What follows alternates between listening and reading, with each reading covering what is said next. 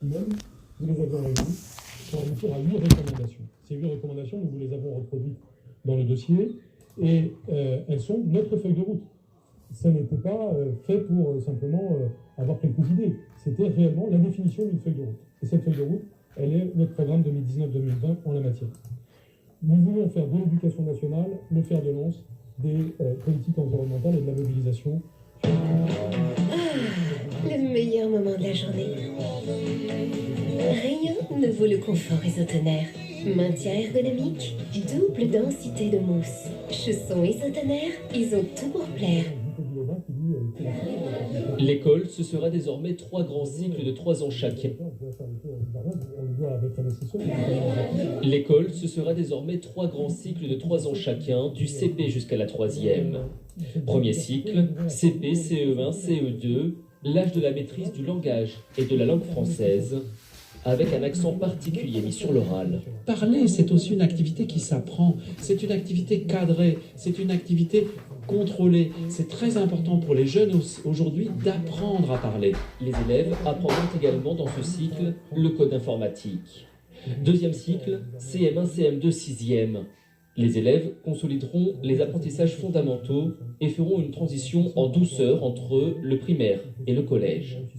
Enfin, troisième cycle, 5e, 4e, 3e, le temps de la construction des compétences, mais aussi de la citoyenneté et du projet d'orientation.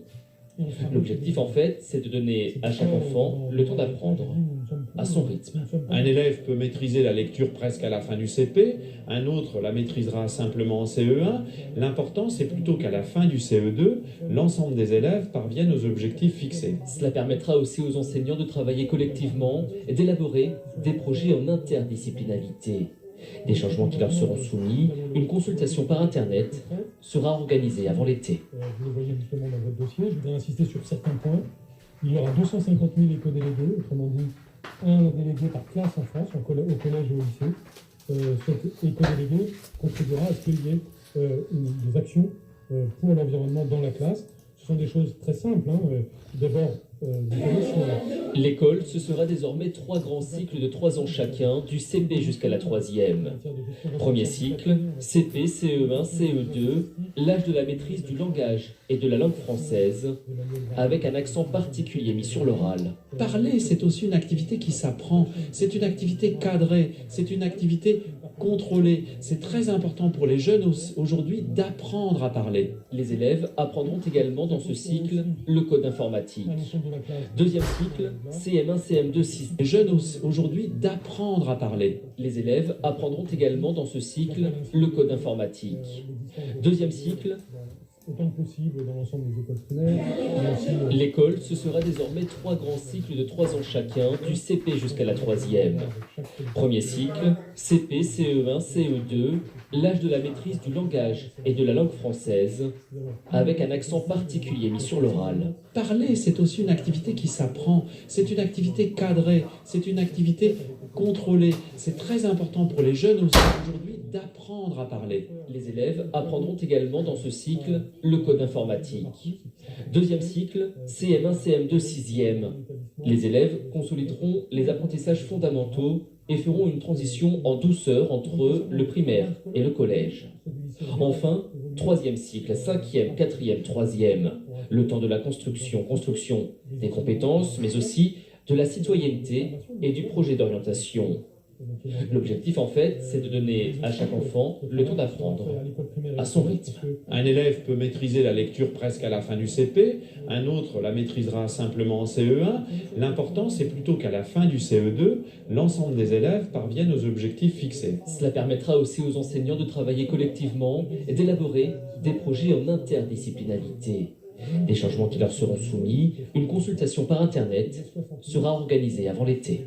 Grâce à l'ensemble des actions menées, développe ce fameux peuple de colibris auquel nous devons aspirer. L'école de la République, et je terminerai par là, doit permettre aux élèves de relever les défis individuels et collectifs de notre siècle.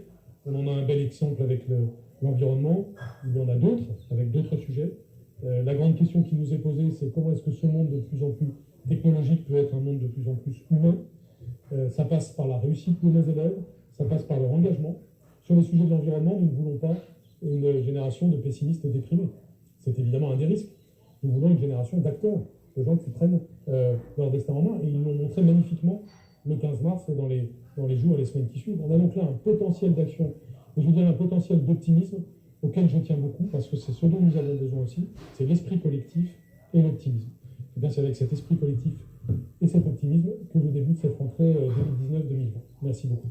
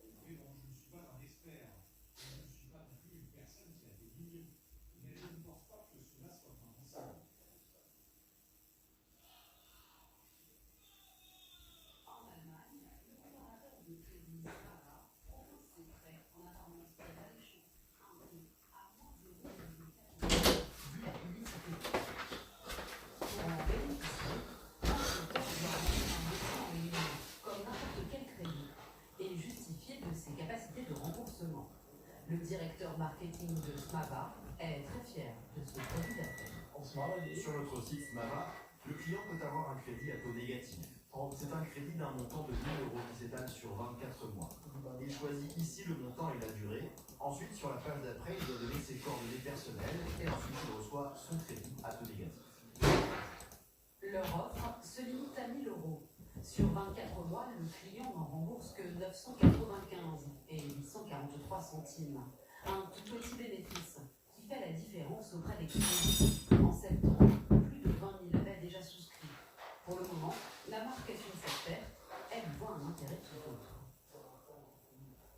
Le crédit à taux négatif permet au client d'économiser et donc de rembourser moins que ce qu'il a emprunté. Si ce client est satisfait, quand il voudra en contracter un deuxième, il reviendra chez nous. Avec le crédit à taux négatif, nous voulons montrer à nos clients les différences de prix sur le marché. Avec cette offre, nous voulons les encourager à comparer les crédits qui existent. Pour le moment, les époque allemande ou opinion sur rue n'ont pas franchi le pas du prêt à taux négatif. Si ces taux en font rêver certains, ils en inquiètent d'autres. Les épargnants, très nombreux en Allemagne, redoutent de les voir appliqués à leur économie. Outre-Rhin, les ménages posséderaient plus de 2300 milliards d'euros de dépôts bancaires, presque autant que la France et l'Italie réunies, selon le nouvel économiste. Je garde l'espoir qu'on ne sera pas concerné par les taux d'intérêt négatifs et qu'on s'en sortira avec un taux de 0%. Bonjour à toutes et à tous, je suis très heureux de vous retrouver dans cette ambiance champêtre. C'est évidemment un moment très important toujours pour l'éducation nationale, vous le savez bien, cette fin du mois d'août, parce que c'est l'occasion de parler de la rentrée. Il y a évidemment beaucoup de choses à dire. Je voudrais d'abord à vous remercier d'être là, à vous remercier pour le suivi que vous faites en permanence sur le sujet éducatif. Et j'espère que vous avez passé d'ailleurs de bonnes vacances et que vous revenez un peu comme tout le monde. C'est d'ailleurs ce que j'ai constaté pour la plupart des personnels que j'ai déjà croisés depuis que je suis rentré. Comme vous l'avez vu sur votre dossier, le mot-clé que nous avons utilisé pour un petit peu rassembler l'ensemble des idées et des projets qui caractérisent cette rentrée, c'est le mot réussite. Ce mot de réussite a un sens profond, puisque évidemment, quand on réfléchit à notre mission fondamentale, elle nous renvoie toujours à tout simplement l'objectif de réussite de tous les élèves.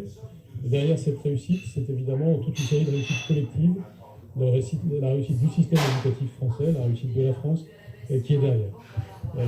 Encore une fois, le dossier de presse doit vous permettre de voir dans le détail chacun de ces points. C'est pourquoi je ne vais pas vous égrener tous les éléments, mais aller à l'essentiel. Réussir ensemble, c'est finalement ce qui caractérise notre mission, mais c'est aussi ce qui caractérise la situation de chaque classe, de chaque école. Ça fait partie des points qui sont induits par la notion d'école de la confiance, et ça commence dès l'école maternelle, cette idée qu'on gagne mieux à plusieurs que tout seul. C'est une leçon évidemment qui vaut aussi pour notre pays en général. Nous avons beaucoup de qualités, beaucoup d'atouts. L'école française a beaucoup de qualités, beaucoup d'atouts. Ce qui lui permet de passer à l'échelle suivante, c'est justement d'avoir le sens du collectif, le sens de la réussite, le sens de l'unité. Et cette unité, cette confiance, cette réussite, c'est le résultat de l'engagement conjoint des familles et des personnels du ministère de l'Éducation nationale, rassemblés autour d'une même aspiration, qui est l'élévation du niveau général et la justice sociale. Élévation du niveau général et justice sociale, vous m'avez souvent entendu mentionner ce diptyque comme étant les deux piliers, les deux objectifs que nous visons et qui sont derrière la notion de réussite. Et ce ne sont pas des mots creux. L'élévation du niveau général, c'est que oui, nous sommes engagés vers l'élévation du niveau de nos élèves, de tous les élèves de France. Et cela va complètement de pair avec la notion de justice sociale. Parce que finalement, si j'avais qu'une chose à illustrer, qu'un exemple à donner en cette rentrée, c'est évidemment la maturité du dispositif de dédoublement de classes de CP et de CE1. Au moment où je vous parle, c'est donc 300 000 élèves qui s'apprêtent à être concernés par cette mesure qui arrive, j'allais dire à maturité de ce que nous avions promis. Mais le président de la République a pris, vous le savez, un nouvel engagement, ce qui fait que ce chiffre, à la fin du quinquennat, sera de 450 000, puisque nous visons les grandes sections de maternelle. Mais rendons-nous compte qu'en 2 ans,